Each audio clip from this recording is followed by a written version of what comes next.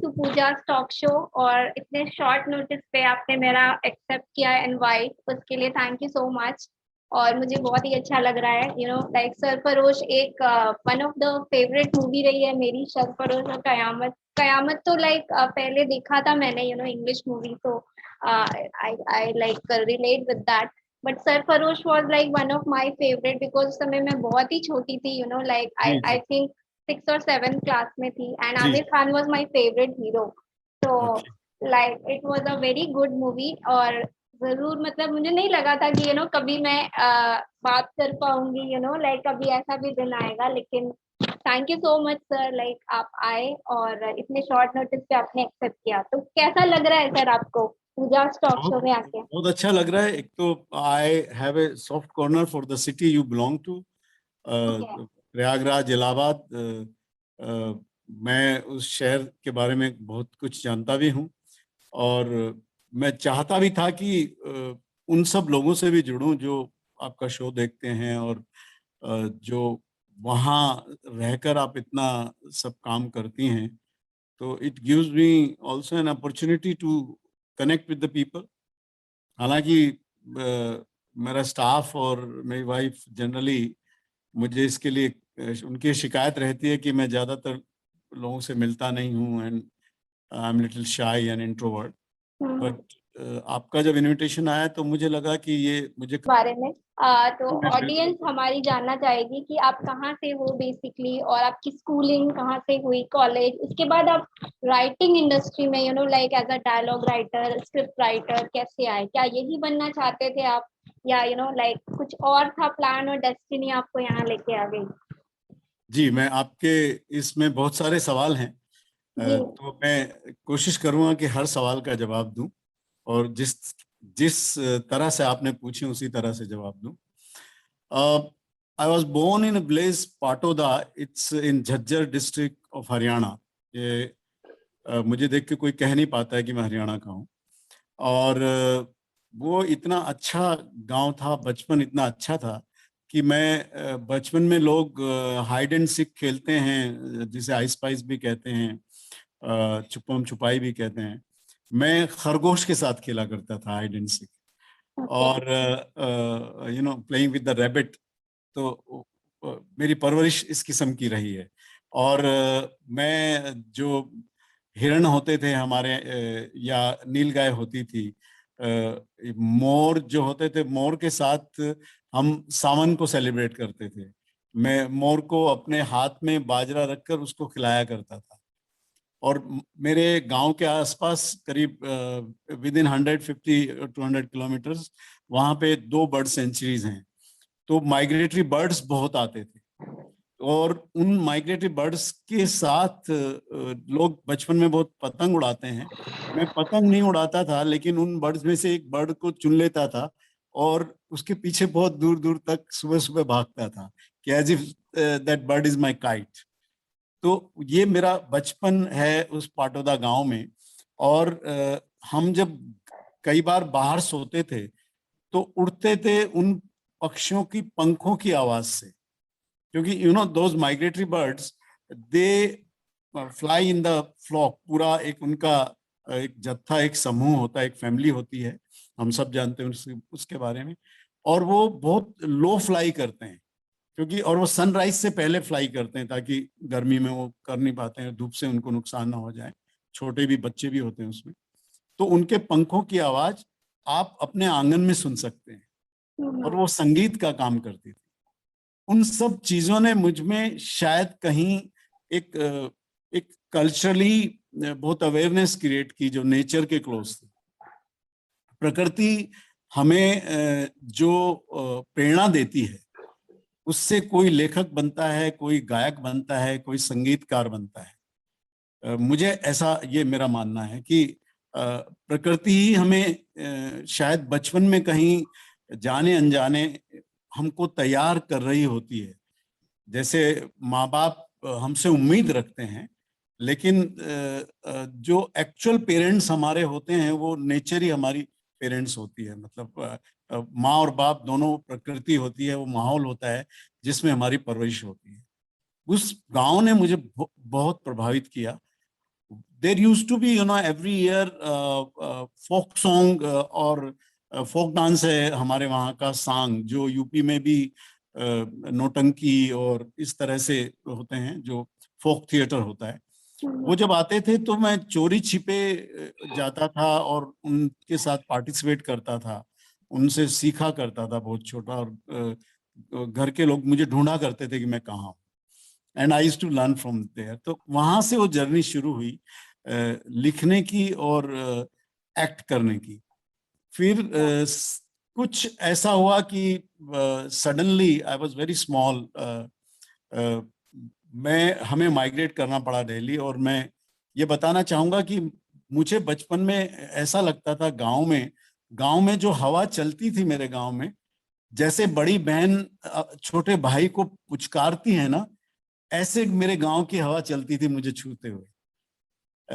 तो आप समझ सकती हैं कि how much I love my village and how I am thankful to the nature, कि हवा जहां बड़ी बहन की तरह हो।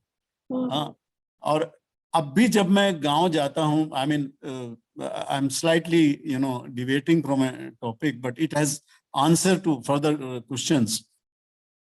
अभी कोविड में तो ऑक्सीजन का बहुत क्राइसिस हुआ और बहुत देश ने और बहुत लोगों ने उसको झेला और बहुत लोग उसके शिकार हुए। पर सच मानिए, मुझे ऑक्सीजन की जरूरत जो है वो अक्सर पड़ती है, और मैं जब मौका मिलता है अपने गांव चला जाता हूं और अपने गांव के पेड़ों से लिपटकर एक वक्त बिताता हूं। एंड उसमें उस वक्त में मुझे जो ऑक्सीजन मिलती है, उससे फिर मैं रेस्ट ऑफ द टाइम और rest of the year survive करता हूं। So that work as an oxygen, as an inspiration, it gives me strength to do whatever I want to do in my life and whatever I want to achieve. So after that village, that strength of that village, though I never wanted to come to Delhi, but Delhi में हमारा घर था और पिताजी वहाँ service करते थे, grandfather रहते थे, हम दिल्ली आ गए। और दिल्ली में एक जो सामान्य स्कूल होते हैं सरकार के, गवर्नमेंट स्कूल, उसमें मेरी रेस्ट ऑफ द एजुकेशन हुई। बाद में मैं दिल्ली यूनिवर्सिटी में रामजस कॉलेज में मैंने एडमिशन लिया, और ये जो भी कुछ अब मैं बना, वो शेप, मतलब जड़ें तो गांव में थी, लेकिन वो पौधा खिलना शुरू हुआ रामजस कॉलेज दिल्ली यूनिवर्सिटी में। जैसे अगर आपने सरसों का मेरा ख्याल है कुछ लोगों ने जरूर देखा होगा, सरसों का जो छोटा पौधा होता है, हरा पौधा, वो थोड़ा सा ऐसा होता है कि अगर आप हाथ लगाएं तो हाथ को हल्का सा वो कांटे जैसा लगता है, लेकिन कोई नहीं जानता कि बाद में बड़ा होके उस पे पीले फूल खिलेंगे। और सरसों के पीले खेत तो इतने रोमांटिसाइज हुए हैं हमारे, इतने मूवीज में गाने पिक्चराइज हुए हैं। और मतलब रामजस कॉलेज ने मुझे वो किया कि मैं सरसों का एक पौधा था उस गांव में कल्चरली। और उस दौरान मैंने कुछ फिल्में देखी, had not seen movies before, like एक या दो फिल्म देखी होगी जब गांव से आते थे। लेकिन कविताओं ने और लिटरेचर जो मैंने पढ़ा, एंड मैंने सिर्फ हिंदी का ही नहीं और भी भाषाओं का साहित्य पढ़ा, French and English literature and Russian literature, and with in India जो हमारा अपना भारत का जो साहित्य है, बड़ा मलयालम, मराठी और अवधी और भोजपुरी, बहुत ही रिच लिटरेचर है। इन सबको मैंने एक मिशन के तौर पे पढ़ा, और तब मुझे लगा कि इस सब बातों को मैं कह पाऊंगा सिनेमा में, क्योंकि cinema has all the arts in combined, like you know, संगीत भी है, साहित्य भी है, कैमरा भी है, पेंटिंग भी है। That is how I decided during my college days I must go to Mumbai, or I must go to FTI actually, Film Institute, to make films. लेकिन हुआ ये कि मैं कॉलेज बस पास आउट ही हो रहा था कि मेरे फादर की सडनली डेथ हो गई। तो FTI में जो मैंने अप्लाई किया था, फिर मैं डायरेक्शन कोर्स करने जा नहीं सका और मैं फिर मुंबई आ गया। And am I going in the right direction? Am I answering your all questions which you had asked? Yes, sir. Okay. तो please feel free to any further question which comes to mind. तो मैं उसके बाद मुंबई आया तो यहाँ मैंने आकर जो मैं दिल्ली में करता था अखबारों के लिए फ्रीलांसिंग, लेख लिखना और थोड़ा जर्नलिज्म करना, थिएटर करना, वहाँ की रेपर्टरी में एक्टर भी था, मैं स्ट्रीट प्ले भी करता था। मैंने यहाँ आके देखा कि यहाँ बहुत कम वो संभव है, तो I started writing for documentaries and little bit advertising films. फिर उन दिनों कुछ डॉक्यूमेंट्रीज की मैंने, और सबसे अच्छा जो मेरे काम मिला और जो पहला, which is my first feature film, is genesis. वो मृणाल सेन साहब की फिल्म थी और उसमें मुझे इंट्रोड्यूस कराया, हिंदी के बहुत बड़े पत्रकार हुए हैं सुरेंद्र प्रताप सिंह, एसपी सिंह नाम से उन्हें जानते थे। In fact he is the one who started आज तक चैनल। आज तक चैनल ही उन्होंने शुरू किया था। तो सुरेंद्र जी ने मुझे इंट्रोड्यूस करा दिया मृणाल दा से, मृणाल सेन, मैं उन्हें मृणाल दा ही कहता हूँ। ही वाज माय गुरु। मेरी पहली फिल्म मैंने उनके साथ, मैं असिस्टेंट डायरेक्टर था और मैंने उसके डायलॉग्स लिखे सुरेंद्र प्रताप सिंह जी के साथ। उसमें नसीर भाई थे, यानी नसीरुद्दीन शाह, ओम भाई थे, ओमपुरी जी और शबाना जी, और दिल्ली के जो एक्टर हैं एम के रैना जी थे उसमें। पंडित रवि शंकर जी का संगीत था उसमें। और वो इंडिया की पहली, it was a Indo French collaboration. वो पहली फिल्म है जो डब नहीं की गई थी। अभी आजकल सिंग साउंड होता है, लोकेशन पे साउंड होता है, वो पहली फिल्म थी। And we shot it at Indo Pak border near Jaisalmer. उस एक्सपीरियंस ने, बिकॉज द एंटायर यूनिट इधर वाज फ्रॉम बंगाल और was from France and international unit थी, तो मेरा पहली फिल्म का एक्सपोजर ही बड़ा इंटरनेशनल रहा। और काम भी मैं ऐसे महान अभिनेताओं के साथ कर रहा था कि मुझे बहुत कुछ सीखने को मिला, और मृणाल दा से बहुत सीखने को मिला मुझे। he had an excellent idea about editing, not just about filmmaking also. और that was my first film as an assistant director and as dialogue writer, Genesis. Okay, that's it. तो सर जनरली ऐसा होता है जब हम एक non फिल्मी background से या फिर नॉन फिल्मी सिटी या जगह से बिलोंग करते हैं, या फिर नॉन फिल्मी नहीं, ये कॉमन है, मतलब अगर हम कुछ मतलब अगर हमें कहते हैं हमें कुछ बड़ा करना हो तो हमें बड़े सोचना पड़ता है, एक थॉट प्रोसेस। मतलब आपने जब, क्योंकि अगर आपको राइटर बनना था तो राइटर मतलब बहुत सारे निश है राइटर बनने के लिए। आप बुक्स लिख सकते थे, पोएट्री कर सकते थे, बहुत सारी चीजें। तो आपने जरूर, आपके माइंड में आया होगा कि I will one day I will write for the Bollywood films. Okay, और डेफिनेटली जब आपने आपका करियर शुरू किया तब वो दौर था, मतलब इतना पॉपुलर नहीं था, मतलब लोगों को लगता नहीं था कि मतलब एक कॉमन आदमी भी वहां जा सकता है। ओके, इतना रियलिटी शो और इतना ज्यादा, मतलब लोग उसके लिए इतना अट्रैक्टेड नहीं थे, या फिर कह सकते हैं। तो कैसा था आपके आसपास वालों का रिएक्शन? क्योंकि मुझे याद है सर, लाइक अभी इतना आसान है सब कुछ, मतलब करना, और इतना मतलब आसान की मतलब कि रीचेबल है। लाइक लोग कहते हैं कि भाव देते हैं बॉलीवुड या फिर सिंगर बनना है तो उनको लगता है। तो मुझे याद है सर, जब लास्ट ईयर मैंने सितंबर में ये टॉक शो शुरू किया था, एंड इवन माय सिटी, जब मैं बोलती थी कि एक दिन ऐसा आएगा जब लाइक बड़े बड़े सेलिब्रिटीज आएंगे और मैं उनसे बात करूंगी। सो एक ड्रीम होता है सर, लाइक एक माइंडसेट रखना पड़ता है आपको कि हाँ मुझे वहां काम करना है पहले। तो ये I tell you one example. I tell you one example what you are saying. मैंने मृणाल सेन साहब की एक फिल्म देखी थी, मृग्या नाम था, जो मिठुन चक्रवर्ती साहब की पहली फिल्म है, और मृणाल दा ने उन्हें ब्रेक दिया था। तो दूसरी फिल्म देखी मैंने उनकी, एक दिन प्रतिदिन और खारिज, और 3 फिल्में एक साथ देखी। फेस्टिवल था दिल्ली में, और सफदर हाशमी साहब थे जो बहुत बड़े प्ले राइट हुए हैं। उन्होंने एक festival, he used to work for West Bengal government that time, PRO थे शायद वो, तो उन्होंने फेस्टिवल रखा था, उसमें देखा। तो मैंने बाहर आके अपने एक दोस्त को कहा कि मैं इस डायरेक्टर के साथ काम करना चाहता हूँ, I want to assist Mrinal दा।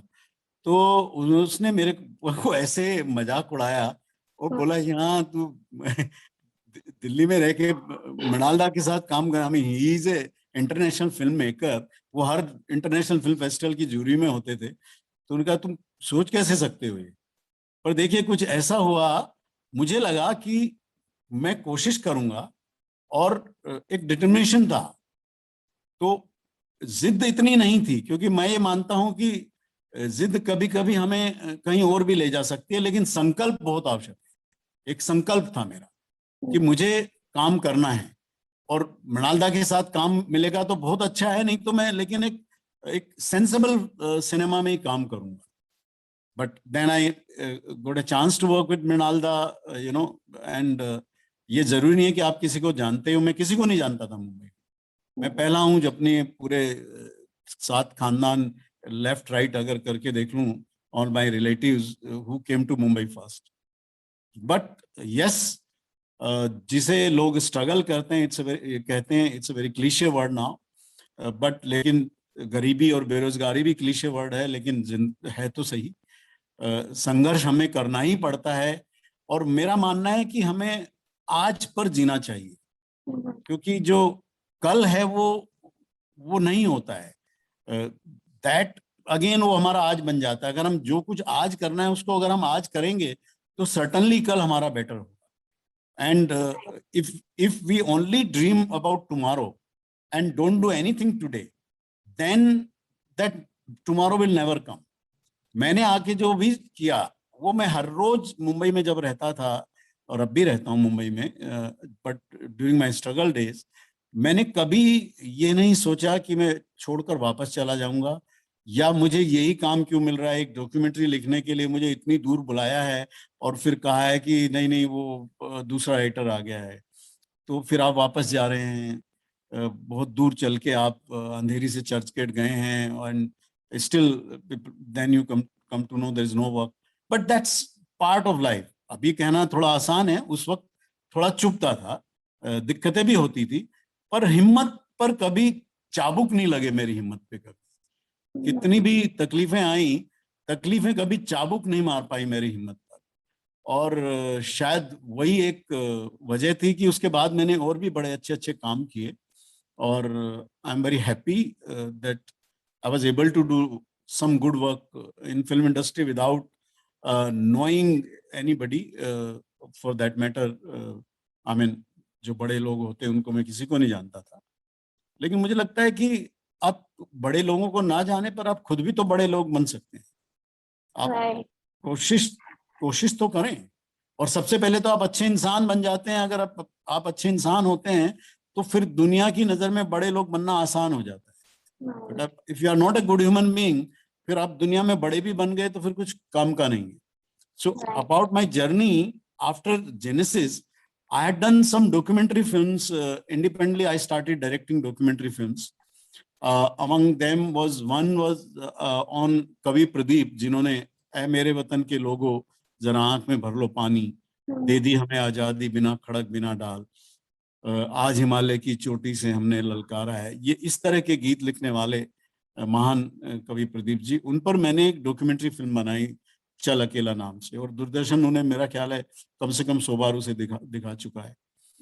दौरान आशा भोसले जी को मैंने इंटरव्यू किया, इंदिवर को किया, नौशाद साहब जिंदा थे उनको इंटरव्यू किया, और मुझे प्रदीप जी से बहुत कुछ उस जमाने की फिल्म इंडस्ट्री के बारे में सीखने को मिला। एंड यू नो, वो पूरी डॉक्यूमेंट्री मैंने 3 दिन में शूट करके, एडिट करके, डायरेक्ट करके दे भी दी थी दूरदर्शन को, सबमिट भी कर दी। And it has brought lot of good work to me, that documentary. But मेरा जो दिमाग में और जो दिल में अरमान था कि मुझे बड़ी फिल्में करनी है, मेन स्ट्रीम फिल्में भी करनी है, मैं थोड़ा बॉलीवुड कहने से परहेज करता हूँ। उसकी कोई एक व्यक्तिगत पर्सनल वजह है कि मुझे उसमें थोड़ा सा दिक्कत होती है। मेरा मानना है कि हमें बहुत स्वाभिमानी होना चाहिए, और हमारे अपने मुंबई सिनेमा का अपनी एक पहचान है, and I am very proud of that industry. मुझे वहाँ कोई हिचक नहीं है कहते हुए कि मैं मुंबई फिल्म इंडस्ट्री में काम करता हूँ। तो मैं हॉलीवुड में भी ऐसे जाके, वहाँ भी मैं 2 महीने करीब, 1 महीने करीब था, and I had narrated my script to agent there also. तो हॉलीवुड तो एक जगह का नाम है, यहाँ कोई मुंबई में बॉलीवुड जगह नहीं है। अब हम इसे बॉलीवुड कहते हैं, खैर वो फिर कभी।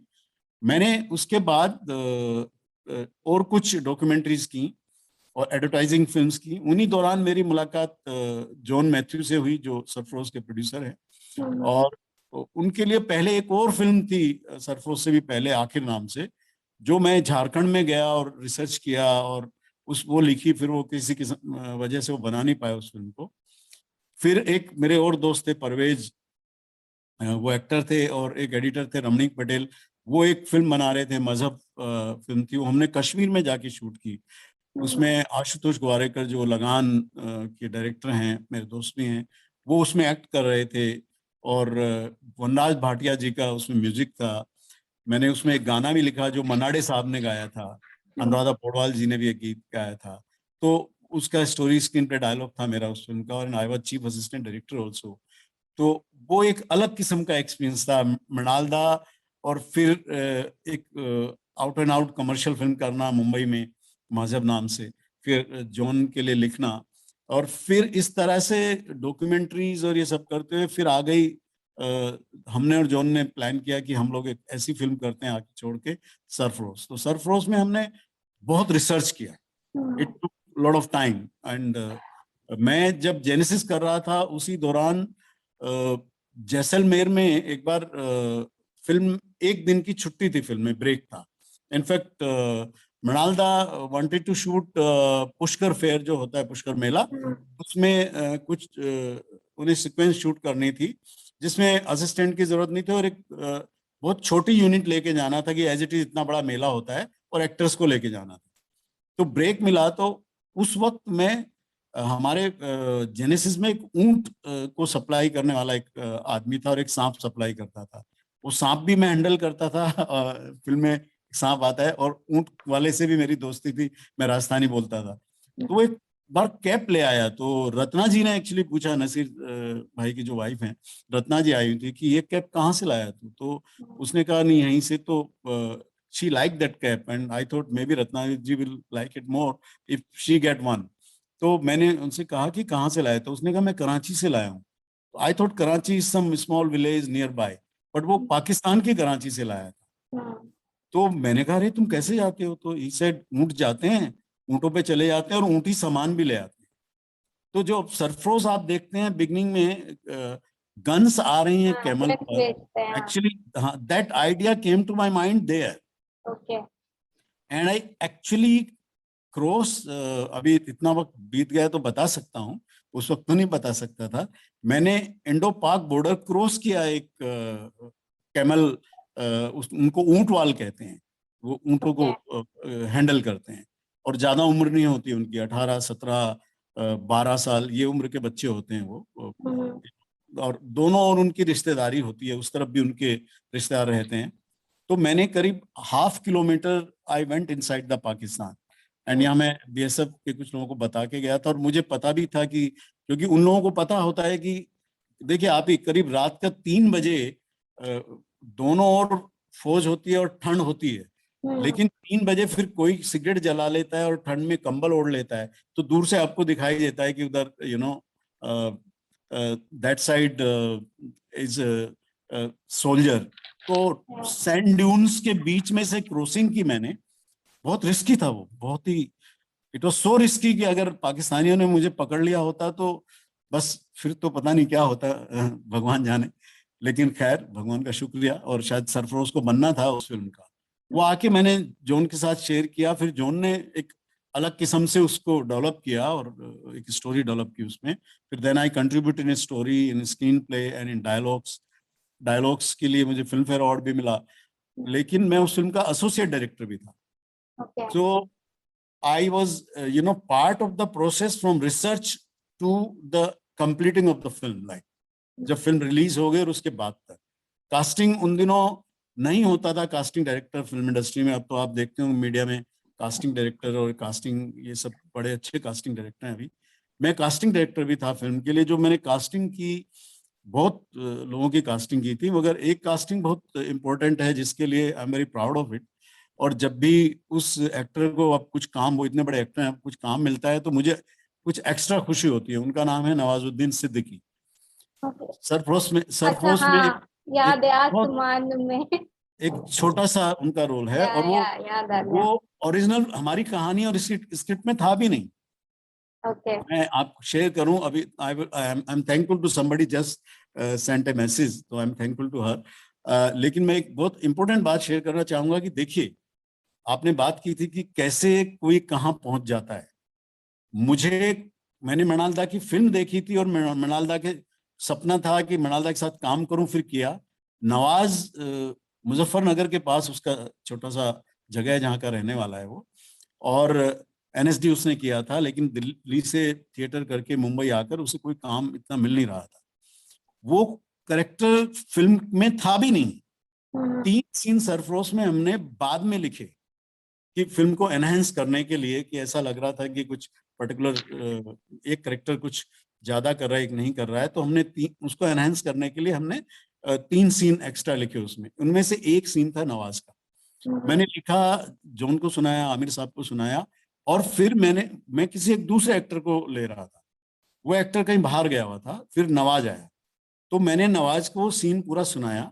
मैंने कहा नवाज, सेट पे तुमको डायरेक्टर साहब भी डायरेक्ट करेंगे, और भी लोग, आप कोई नया आ जाता है तो लोग गाइड करते हैं, मगर मैं जैसे तुम्हें पढ़ के अभी सुना रहा हूं, आप एग्जैक्टली ऐसे ही फिल्म में बोलना, नहीं तो ये फिल्म में एडिट भी हो सकता है इसमें। उसको मैंने बताया नहीं था कि ये सीन आमिर खान साहब के साथ। Okay. उसने कहा दादा, हाँ वो मुझे दादा कहता है Nawaz, it's he called me, treat me as elder brother. तो उसने कहा नहीं दादा, मैं ऐसा ही करूंगा। और नवाज ने आया और नवाज ने बहुत अच्छा किया। तो आई एम वेरी प्राउड, जब भी नवाज कुछ करता है और वो उसको उसकी wherever he is today is because of his talent. इसलिए नहीं कि मैंने उसको एक छोटा रोल दे दिया था, वो मैं एक जरिया था, माध्यम बना। लेकिन मुझे बहुत खुशी होती है क्योंकि टैलेंट है, प्रतिभा है, और वो किसी को नहीं जानता था, एंड अब वो है जिसे हर कोई जानता है। So that Sarfarosh has many stories. आपका प्रोग्राम छोटा पड़ जाएगा, लेकिन यार ये सर, एक्चुअली बहुत कुछ पूछना भी है मुझे। और सर एक जी, चीज और बता रही हूँ, ये जूम मेरा पेड वर्जन नहीं है, so like it will disconnect in 10 minutes. Then अगर हमारा ओके, शो खत्म नहीं हुआ, so we will rejoin. हाँ प्लीज टेल मी, या तो आस्क सर, आस्क मी। तो राइटिंग मतलब एक बहुत बड़ा टास्क है, वो भी मूवी के लिए पूरी स्टोरी लिखना। तो कैसे इंस्पिरेशन, जैसे कि आपने बोला कि आप उस मेले में गए थे, फिर आपने वो प्रोसेस देखा, पूरी पूरी कहानी फिर। अगर पुलिस ऑफिसर होता है तो वो सब कर पाता है, लेकिन जब बैकग्राउंड में पुलिस आती है तो लेट आती हम्म। है। एक्चुअली आप देखिए, मैं बाकियों के बारे में मैं नहीं बोल सकता हूँ, लेकिन जो पुलिस की फिल्म मैंने जिसका हिस्सा था मैं, सरफरोश, उस मैंने आमिर साहब को एक बार करीब 15 से 16 रियल आईपीएस ऑफिसर से मिलवाया दिल्ली में। हम्म। अ, कुछ मेरे दोस्त थे, और इनफैक्ट सोनाली जी भी थी। आमिर साहब और सोनाली जी को मैं एक टी पे ले गया था, जो दिल्ली पुलिस के एक ऑफिसर मैस में थी। और उसके अलावा इंडिविजुअली भी आमिर साहब को बहुत सारे पुलिस ऑफिसर्स से मिलाए थे, हम लोगों ने मिलवाया था, और रिसर्च भी किया था। तो ये हमें पता था कि पुलिस ऑफिसर्स क्या करते हैं, और वो जैसे इंसान हर किस्म के होते हैं एक ही घर में। अब तो ये भी कहा जाता है कि one hour hand is David and one is devil. ये एक जमाना था कि सतयुग में भगवान रहते थे, और अभी ये कलयुग है, तो इंसान के अंदर ही भगवान और शैतान दोनों रहते हैं। तो इसी तरह पुलिस ऑफिसर कहीं बाहर से नहीं आता है, वो समाज से ही आता है। समाज में भी तो ऐसे लोग हैं, झगड़ा होते ही कुछ लोग उसका फेस करेंगे, बाकी दब्बू बन के भाग जाएंगे। ये जरूर है कि पुलिस की ड्यूटी है फेस करना, कानून और व्यवस्था को बनाए रखना, बट वो इंसान है, और they do their duty at the best. मैं सिर्फ फिल्में ही नहीं लिखता हूँ पुलिस के बारे में, मैं पुलिस के साथ काम भी करता हूँ। there is a Marol police training school here. I go and take workshop with जो सिपाही से लेके इंस्पेक्टर रैंक तक के जो पुलिस ऑफिसर कर्मचारी होते हैं, उनके साथ वर्कशॉप भी करता हूँ। ये वॉलंटियरी में करता हूँ, उनके मन को जानना, और एक कंपैशन पे होती है वो वर्कशॉप बेसिकली, कि उनके मन को जानना, उनकी तकलीफों को समझना, उनकी बुराइयों के बारे में भी बात करना।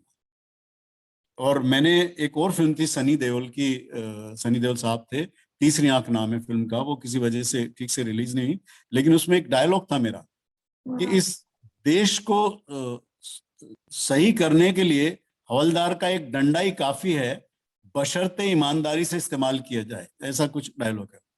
तो ये डायलॉग मैंने सुना है कहीं तो। ये तीसरी आंख का ही है, ओके। सनी देओल का।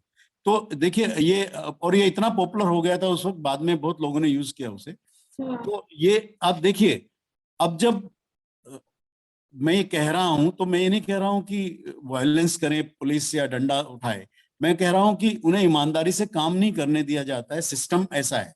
बट इसका कुछ फायदा कुछ करप्ट पुलिस ऑफिसर भी उठाते हैं। सो all kind of police officers are there, as all kind of citizens are there in the country. So I hope I had answered your question. Yeah. Sir एक और चीज, जैसे कि मैंने 2-3 एक्टर्स से भी बात करी, और जैसे मैं इंटरव्यू सुनती हूँ लाइक नेट पे, तो वो बताते हैं ना कि जब राइटर साहब आए, हमें वो स्टोरी नरेट कर रहे थे, तो मैं ये जानना चाह रही थी सर कि जैसे कि स्क्रिप्ट तो बन जाती है, मतलब स्टोरी लिख दिया, स्क्रिप्ट बन गई, तो हम स्क्रिप्ट दे भी तो सकते हैं एक्टर को, नरेट करना जरूरी होता है? मतलब मुझे ऐसा लगता है कि शायद नरेशन के वक्त भाव बदल जाते हैं या फिर चीजें ज्यादा समझ में आती है, इसलिए शायद नरेट करना पड़ता है राइटर को स्टोरी। देखिए ये डिपेंड करता है स्टार पर या एक्टर पर डिपेंड करता है कि कुछ एक्टर हैं वो प्रेफर करते हैं कि उन्हें स्टोरी और स्क्रिप्ट मतलब दी जाए, तो कहूँगा कि स्क्रिप्ट दी जाए, और वो स्क्रिप्ट को पढ़ना पसंद करते हैं। कुछ ऐसे हैं जो सुनना पसंद करते हैं। और अभी तो बदलता जा रहा है, ईमेल कर देते हैं कि भाई मुझे ईमेल कर दो। और कुछ एक ऐसा वर्ग है जो बहुत बिजी हैं या पहले से हैं, ऐसा भी चला है कि वो कहते हैं मुझे वन लाइन सुना दो कि क्या होगा, फिल्म शुरू कहाँ से होगी, उसका टर्निंग पॉइंट क्या है, ट्विस्ट एंड टर्न क्या है, और मैं क्या कर रहा हूँ, बाकी एक्टर क्या कर रहे हैं। And if he likes the idea then he will say fine, go ahead, फिर मेरे को कंप्लीट स्क्रिप्ट बाद में पढ़ लूंगा। It depends person to person, but I personally feel जब तक कि आपकी पूरी कंप्लीट स्क्रिप्ट ना हो आपके हाथ में, आपको बात ही नहीं करनी चाहिए एक्टर से और स्टार से। That's what I feel. हमने सर सबको, मतलब मैंने एक छोटी मतलब स्क्रिप्ट पढ़ी है, तो मैंने ये देखा कि मतलब जब मैंने उसे पढ़ा तो मैंने मतलब उसे अपने हिसाब से सोचा, मतलब स्टोरी थी, मैंने अपने हिसाब से सोचा कि हाँ ऐसा ऐसा हुआ रहा होगा। पर वही चीज जब लाइक मैं देख रही थी, जब वो चीज एक्टर्स कर रहे थे और राइटर उनको बता रहे थे, तो वो एक टोटल भाव जो इमोशंस होता है ना, वो एक टोटली चेंज था, और मुझे लगा कि अच्छा यहाँ पे ये था क्या, इस तरह से बोलना था क्या, मतलब ये इमोशन है क्या। तो मुझे ऐसा लगा कि शायद अगर नरेशन करता है राइटर, क्योंकि उसे पता होता है कि उसने किस माइंडसेट में या किस सिचुएशन में वो लाइन बोली है, और जब एक बंदा पढ़ता है उसे, तो शायद वो उतने अच्छे से नहीं समझ पाता उस चीज को। we should not underestimate the star and actor who are working regularly. देखिए बहुत सारे एक्टर और स्टार जो हैं वो इतने इंटेलिजेंट और इतने टैलेंटेड हैं, वो बहुत गौर से पढ़ते हैं स्क्रिप्ट को, और वो समझते हैं कि इस लाइन का क्या मतलब है, और फिर भी उन्हें हम नरेट भी करते हैं। ऐसा नहीं, narration is very good thing, I mean I always narrate my script. लेकिन आप अगर कंप्लीट स्क्रिप्ट को नरेट करने के बजाय 80% को नरेट करेंगे, तो फिर उसमें गुंजाइश बन जाती है एक्टर के दखलंदाजी देने की, या प्रोड्यूसर की, या डायरेक्टर की दखलंदाजी देने की। मैं इम्प्रूवमेंट तो हमेशा जरूरी है, it's a collective art. Cinema collective art है, कोई भी ये नहीं कह सकता कि ये काम सिर्फ मैंने किया है। हर डिपार्टमेंट में कुछ ना कुछ कंट्रीब्यूट करते हैं लोग, वो राइटिंग हो या डायरेक्शन हो या कैमरा हो, राइट। बाहर के लोग भी दूसरे डिपार्टमेंट के लोग भी कंट्रीब्यूट करते हैं, क्योंकि सबका मकसद होता है इस फिल्म को अच्छा बनाना। अब एक्टर पढ़ लेगा, और पढ़ने के बाद जब आप उसे नरेट करेंगे तो वो सिचुएशन तो और भी बढ़िया हो जाएगी। क्योंकि अगर एक एक्टर को आइडिया ही नहीं पसंद है, basic idea he, if he is not liking your idea, if कि मुझे इस सब्जेक्ट पे फिल्म ही नहीं करनी, फिर आप कितना ही अच्छा नरेशन दें उसको, शब्दों को पूरे अर्थ के साथ बोलें with full emotion, still he doesn't want to do that film, तो he doesn't want to do that film. So it's stage wise. जैसा मैंने शुरू में कहा था कि फर्स्ट इज एन आइडिया। मैं तो खासतौर पे बहुत सारी और स्क्रिप्ट जो फिल्में बनी नहीं है, जिन पे लिखी है मैंने, मैं एक डायलॉग लिखता हूँ पहले, एक लाइन लिखता हूँ, और वो लाइन मुझे पूरा का पूरा एक उसका खाका खींच देती है कि ये कैसे स्टोरी बनेगी, कैसे इसकी आगे स्क्रीन पे काम करेंगे, और फिर कैसे डायलॉग बनेंगे। क्योंकि हर उनका एक 2 लाइन में आपको कहना आना चाहिए कि ये क्या है, ये film, it's about what does it से। जैसे मैं आपको बताता हूँ कि मेरी तिब्बत की के बारे में एक फिल्म है, Okay. उसका उसका एक डायलॉग है। मैं हिज होलीनेस दलाई लामा से भी मिला था, तो एक लाइन है, मैं उसकी कहना चाहता हूँ। देखिए डायलॉग, जो इस प्रोग्राम को देख रहे होंगे तो they will understand, and you are doing so many program, you will immediately understand what the film is about. Dialogue इस तरह से है कि माँ को बीमारी में और मातृभूमि को गुलामी में अकेला नहीं छोड़ा जाता। This is the dialogue. Wow. So you understand? Yeah, sir. So this is what the film is all about.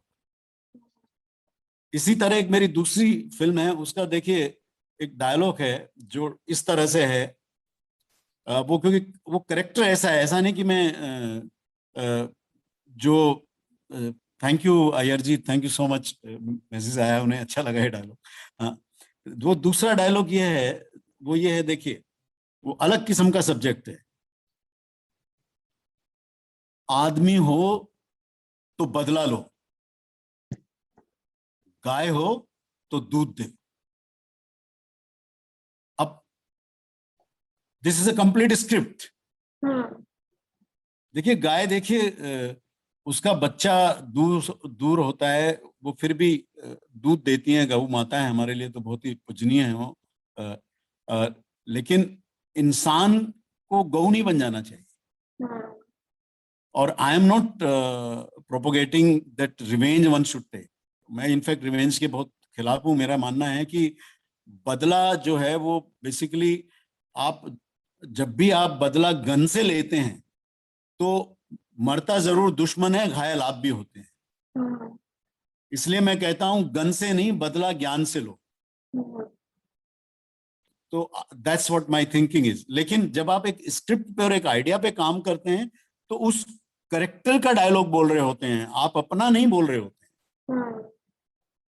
What, आप जो इंसान हैं आप वो नहीं। तो this dialogue which I just told you about that, आदमी हो तो बदला लो, गाय हो तो दूध दो, ये मेरे करेक्टर का डायलॉग है। This is not what I believe in. मैं तो ये मानता हूं कि बदला शब्द ही नहीं रहना चाहिए, इंसानों को बदला नहीं लेना चाहिए। विचार मतलब तलवार से ना मारा जाए। That's what I feel. तो this is how I work. Okay, that's great. मतलब एंड ये सब मेरे रिसर्च के साथ, फिर इन डायलॉग्स में रिसर्च आता है, स्टोरी होती है, स्क्रीन पे होता है, and I bounce on, I have A selective group of people. और मुझे सबसे अच्छे लोग वो लगते हैं जो मेरी लिखी हुई चीज की धज्जियां उड़ाते हैं कि बकवास लिखा है तुमने, क्योंकि उनसे मुझे सीखने को मिलता है।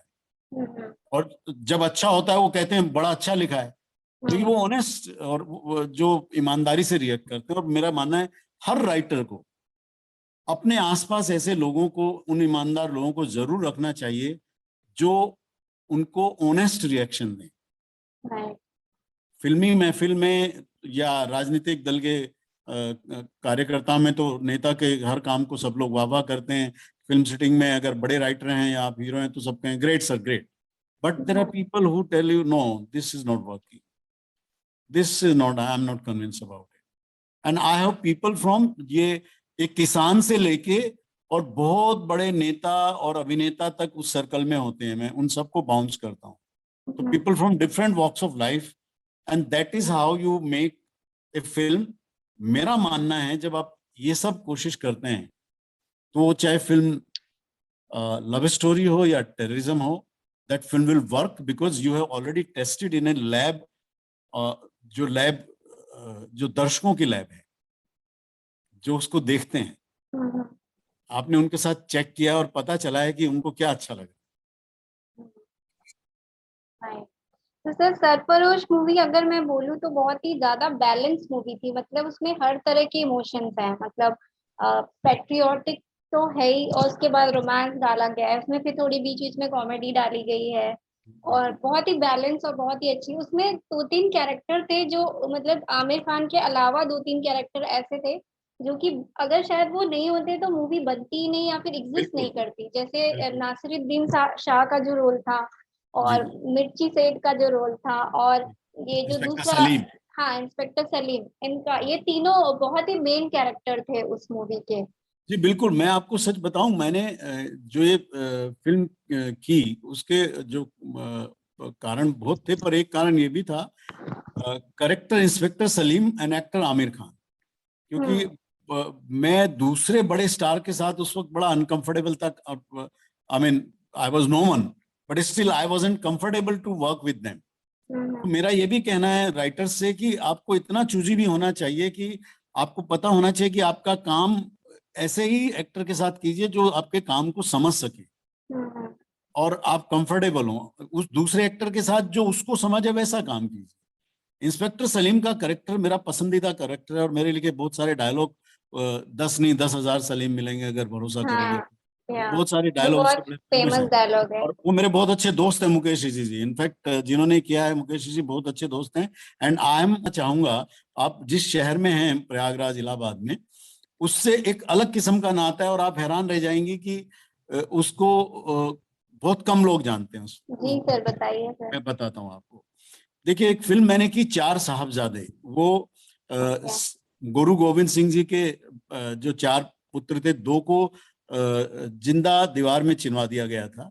हम्म। और वजीर खान जो उस वक्त औरंगजेब दिल्ली की गद्दी पे थे, और उन्होंने सिर्फ जिंदा, जब वो दीवार में जिंदा चन के भी दीवार गिर गई तो फिर उनकी गर्दन काटी गई। वो साहबजादे मतलब बहुत ही पूजनीय हैं, देवता के समान है सिख कौम के लिए तो, और हमारे लिए। तो जो गुरु गोविंद सिंह जी के पिता थे गुरु तेग हम्म। बहादुर, हाँ, अब तीसरी उस सीरीज की दूसरी फिल्म थी, एक और अब तीसरी फिल्म आ रही है चार साहबजादे पार्ट 3, वो गुरु तेग बहादुर के बारे में है।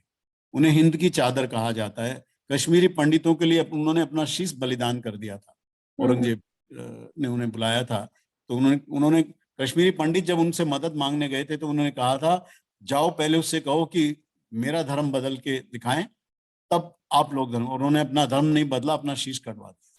तो आज हम्म। जो उत्तर भारत में हिंदू हैं, उसके लिए हमें हम सबको आभारी होना चाहिए गुरु तेग बहादुर का। तो मैं क्या इंपॉर्टेंट बात आपको आपके शहर के बारे में बता रहा हूँ, अब आपको अच्छा लगेगा जान। हाँ सर। तो गुरु तेग बहादुर जी की माँ का नाम था माता नानकी, और उनकी पत्नी का नाम था माता गुजरी। इलाहाबाद, वो जब अपने शहर से, पंजाब से जब वो निकले, चक नाम की एक शहर बसाया था उन्होंने, जो अब आनंदपुर साहिब नाम है उसका पंजाब में। तो हम्म। अ, वो जब भारत भ्रमण पर निकले जगह जगह सत्संग करते हुए, जब वो प्रयागराज इलाहाबाद पहुंचे, यहाँ माता नानकी ने उन्हें एक खुशखबरी दी। हम्म। माता गुजरी, जो तुम्हारी पत्नी है, मतलब वो माँ बनने वाली है प्रयागराज ओके। में, आप जहाँ बैठी हैं। ओके। और और जिनके बारे में वो खुशखबरी दी गई, उस संतान का, गुरु तेग बहादुर की संतान का जन्म गुरु तो गोविंद। पटना में हुआ, हाँ। लेकिन यहाँ वो, और वो कौन थे, गुरु मतलब गोविंद सिंह। गुरु गोविंद सिंह। तो ओके। आप देखिए, आप प्रयागराज, मैंने कहा ना, मेरे लिए एक वजह है जो मैंने आपको हाँ कही, वो इतना महान शहर है कि, और उसके बारे में बहुत सारी चीजें लोगों को अभी तक पता नहीं, और जी लोगों की सर, कोई हम गलती, लोगों को खुद भी नहीं पता है, मतलब आपकी कोई बहुत गलती सारी नहीं, चीजें। आपकी कोई गलती नहीं है। हमें इतिहास वैसा पढ़ाया ही नहीं गया है, जैसा हमें सच्चाई पढ़ाई नहीं जाती है, बताई जी। भी नहीं जाती है। लेकिन एक अलग सच्चाई लिख के हमें कहा जाता है कि सच सिर्फ ये है, इसके आगे लेफ्ट राइट में देखो ही मत आप। हम्म। This is the truth, we are not denying that truth, but there are many other truth which must be told to our generation and to all Indians. तो देखिए, गुरु गोविंद सिंह इस धरती पर आए, ये खबर पहली बार उनके पिता को हाँ बस। आपके शहर में पता चली, प्रयागराज वाह को। तो सर। मैं प्रणाम करता हूँ प्रयागराज सिटी को कि गुरु गोविंद सिंह जैसे महान थैंक यू सो मच और सर। भगवान है हम मेरे लोग भी लिए। कुछ अच्छा कर सके। तो ये बहुत ही वो चार साहबजादे जो है वो इतनी, I was nominated for the dialogues of Chaar साहबजादे also in okay great. 2015। और आप हैरान रह जाएंगे कि मैं, ये एनिमेशन फिल्म है, okay. It was competing with किन फिल्मों के साथ कॉम्पीट हो रही थी। ये शायद भारतीय सिनेमा के इतिहास में पहली बार था कि एक एनिमेशन फिल्म किन फिल्म के साथ कॉम्पीट कर रही थी। मैं नाम बताता हूं आपको। किक, सलमान खान साहब की फिल्म है। ओके। पीके आमिर खान साहब की फिल्म है। हैदर, शाहिद कपूर साहब हैं उसमें। और क्वीन कितनी हिट फिल्म थी, और शायद हैप्पी न्यू ईयर भी थी। इन फिल्मों के साथ मैं भी नॉमिनेटेड था आईबा अवार्ड के लिए फॉर द बेस्ट डायलॉग। तो I am very proud of, in so many ways I am more proud of Chaar Sahibzaade. Reason being कि जब आप एनिमेशन के लिए देखिए, एक्टर जब स्टार होता है तो लोग देखने आते हैं। स्टार आपके डायलॉग को आप उसे कह सकते हैं ऐसा नहीं ऐसा बोलिए। एक एनिमेशन फिल्म में तो डायलॉग ही होते हैं। और वो गुरु साहब ने मुझ पे कृपा की, और जो उसके डायरेक्टर हैं हैरी बवेजा साहब, मेरे दोस्त भी हैं बहुत अच्छे, उन्होंने बहुत मेहनत उस फिल्म में की। It is one of his best film. दिल जले दिलवाले इस तरह और कयामत भी उन्होंने ही बनाई थी, but Chaar Sahibzaade is one of his best film. तो that is what I am saying. जरूर writer, so this is a different kind of writing. Sarfarosh है, मजहब है, और एक ये डॉक्यूमेंट्री फिल्म है। अभी शाहिद कपूर साहब का मैंने नाम लिया था, मैं आपको बता दूं, मैंने एक म्यूजिक वीडियो भी डायरेक्ट किया है जो शाहिद कपूर साहब थे उसमें। और वो तब तक वो मेन स्ट्रीम हीरो नहीं बने थे। अच्छा, वो अलग है सर, उनका जो एक वीडियो है देखा है तेरी आंखों को। नहीं, वो दूसरा है, साधना सरगम जी ने गाया है। अभी करीब 1 करोड़ लोग यूट्यूब पे उसे देख चुके हैं। और सतीश चांडले जी का म्यूजिक था, फैज अनवर ने गीत लिखा, मैंने डायरेक्ट किया। मैंने जब पहली बार शाहिद कपूर मुझे मिलने आए थे तो उनको एक उसकी भी स्क्रिप्ट दी थी। What I am trying to tell you, even for music video I had written the script कि ये सब होगा। So you have to work hard. Whatever you are directing or whatever you are giving to the actor, it should be on paper also and then narrate. इसलिए मैंने ये सब बातें जी।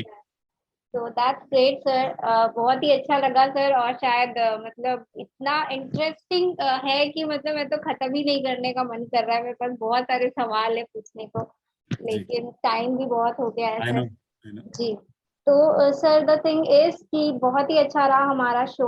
और एक लास्ट क्वेश्चन सर अपने लिए पूछना चाहूंगी सर मैं आपसे, और वो ये कि सर मैं अभी इमेज इंडस्ट्री में लाइक कॉस्ट्यूम स्टाइलिंग और ये सारी चीजों में वर्क कर रही हूँ, अभी स्टार्ट कर रही हूँ मतलब। तो मैं ये जानना चाहती हूँ सर कि राइटर जो राइटिंग करता है वो, और कॉस्ट्यूम डिसाइड करते हैं, राइट? कहते हैं कि स्क्रीन पे जब एक्टर होता है तो कॉस्ट्यूम भी बहुत ज्यादा रोल प्ले करते हैं उसकी कैरेक्टर को डिफाइन करने में। एज अ राइटर आप क्या कहना चाहोगे सर कि जो कॉस्ट्यूम उनको कितना मतलब कि समझना चाहिए, मतलब जो सिंक होता है स्क्रिप्ट का और एक कॉस्ट्यूम का, उनको कितने अच्छे से उस स्क्रिप्ट को समझना चाहिए, उस कैरेक्टर को समझना चाहिए करने से पहले? See, costume is for the character, not for the actor. आप जो कैरेक्टर वो एक्टर प्ले कर रहा है, आप उसकी कॉस्ट्यूम करेंगे तो आपको ध्यान में वो कैरेक्टर रखना चाहिए, ना कि XYZ स्टार इसे प्ले कर रहा है। वो तो सिर्फ मेजरमेंट आपको लेना होगा कि it should fit him whatever is physical size is. लेकिन क्या वो कॉस्ट्यूम जो आपकी है, वो जो कैरेक्टर वो प्ले कर रहे हैं उस कैरेक्टर की कॉस्ट्यूम लगेगी, बस that is only the point. I'm sure you will be able to do it if you observe such characters, क्योंकि जो भी वो कैरेक्टर प्ले कर रहे हैं, आपने देखा है आमतौर पे जो आर्म्ड फोर्सेस की यूनिफॉर्म है वो फिल्मों में बहुत सही होती हैं, उनमें सिर्फ गलतियां होती हैं जो बैजेस और कलर्स देते हैं, ब्लंडर्स होते हैं उसमें, ब्लंडर्स होते हैं। हाँ, क्योंकि वो उसमें रिसर्च नहीं करते हैं, कॉस्ट्यूम डिजाइनर या डायरेक्टर साहब उसमें रिसर्च नहीं करते हैं, वो कर्नल और कैप्टन और उसमें इवन सर मैंने ऑब्जर्व किया है साइंटिफिक चीजें जैसे लैब में कुछ चीज दिखाते हैं, मैंने कहाँ तो ऑब्जर्व किया, शायद कोई मूवी थी, साइंस फिक्शन मूवी थी, और वो बंदा रिसर्च कर रहा था वो केमिस्ट्री का, वो माइक्रोस्कोप में देख रहा था, माइक्रोस्कोप में उसने आग भी नहीं लगाई। And basically I am a microbiologist, तो आई वाज थिंकिंग कि कैसे ऑब्जर्व कर रहा है, कौन सा तरीका है।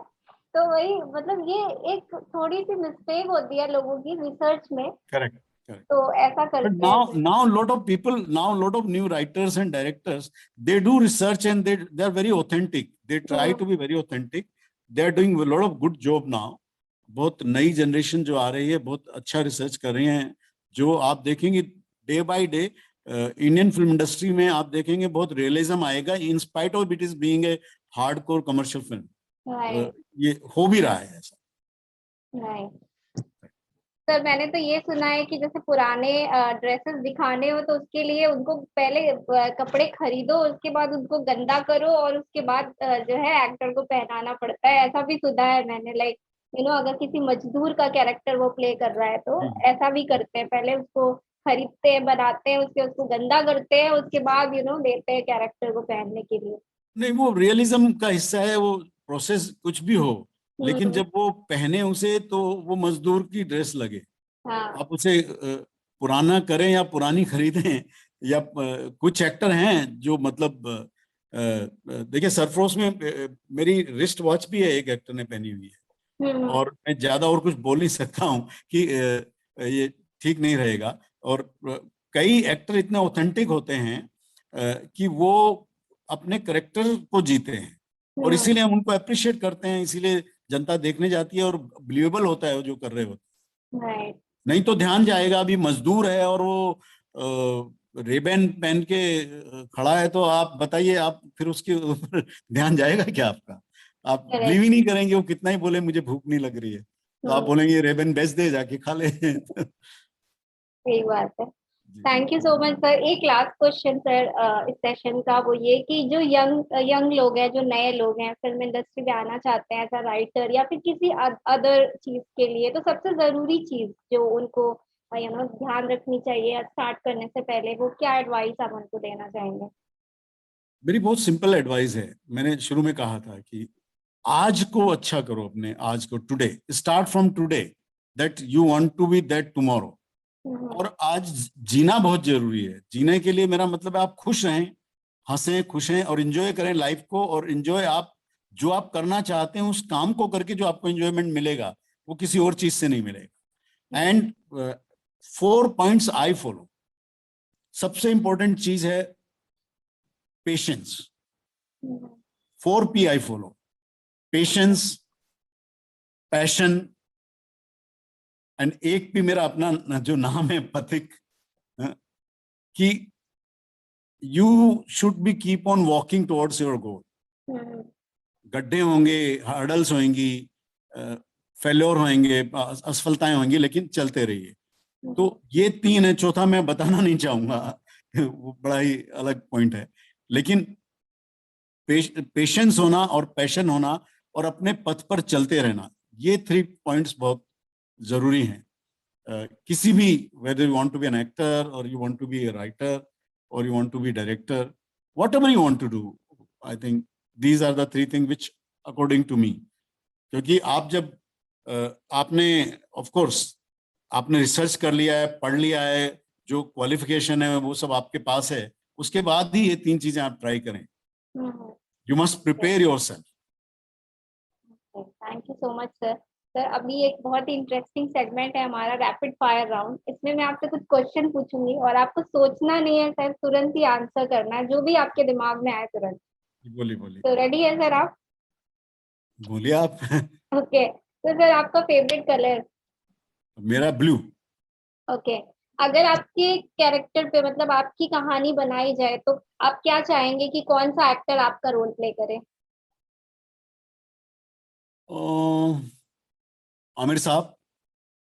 ओके। सर अगर आप इनविजिबल हो जाएं तो कहाँ जाना पसंद करेंगे?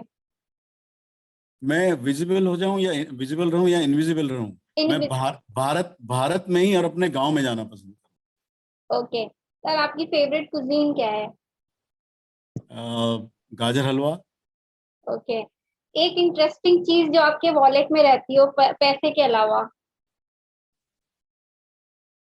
अ, मेरी पत्नी की कुछ डिटेल्स हैं, रहती हैं। ओके। तो आपको क्या पसंद है सर, माउंटेन या बीच? मेरे को एक्चुअली आप हैरान रह जाएंगी, मुझे माउंटेन बहुत पसंद है लेकिन बीचेस भी पसंद है, लेकिन मैं I am a mountain man. Okay. Sir हाँ। अगर सोशल मीडिया में चूज करने का मौका मिले तो क्या चूज करेंगे, फेसबुक, इंस्टाग्राम या यूट्यूब? मैं यूट्यूब पसंद करूंगा एक्चुअली। Okay. फेसबुक पे मैं अभी आया हूँ और बड़ा अच्छा लगता है। बहुत सारे फिल्म इंडस्ट्री के दोस्त भी आ गए वहां पर, लेकिन कुछ चीजों के लिए मैं मेंटली प्रिपेयर नहीं हूँ, जो वहां पे कई बार ऐसी रिक्वेस्ट आती है। But I am okay with all three. I mean I am new, तो I am yet to experience and comment as an expert on that. Yeah, so thank but you so much, YouTube, sir. And thank एक last advice sir, अगर आप मुझे भी कुछ advice या suggestion देना चाहें सर, तो आई विल वेलकम। अगर कुछ इम्प्रूवमेंट आपको क्या लगा कि मतलब कुछ इम्प्रूवमेंट होना चाहिए या फिर ऐसा कुछ। देखिए, मैं सचमुच आपको एडवाइस दूंगा जी कि सर। आप जब जब आप ये शो करें, दिन में एक बार try to because see we all are working, we all are familiar with this, but after all it is a technology, we all are right dependent sir, on it. Right.